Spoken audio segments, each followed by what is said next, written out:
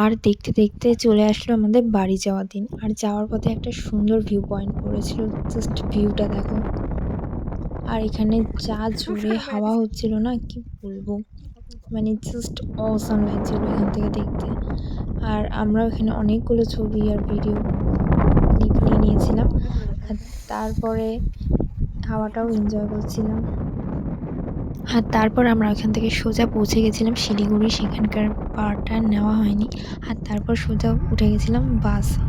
আর এই বাসে চড়তে না আমার খুব ভালো লাগে, এটা নিয়ে সেকেন্ড টাইম চড়ছিলাম। আর আমাদের এখানে কী বলে টিফিনও দিয়ে দিয়েছিল। আর টিফিনের মধ্যে ছিল একটা কেক, চিড়ে ভাজা, বিস্কুট। এটা খেয়েই সোজা চলে গেলাম বাড়ি। আর বাড়িতে এসে ওখান থেকে নিয়েছিলাম একটা এত বড় পেয়ারা, সেটা মাখা করে আমরা দুজনে মিলে সেটা মাখা করে আমরা সবাই মিলে খেলাম।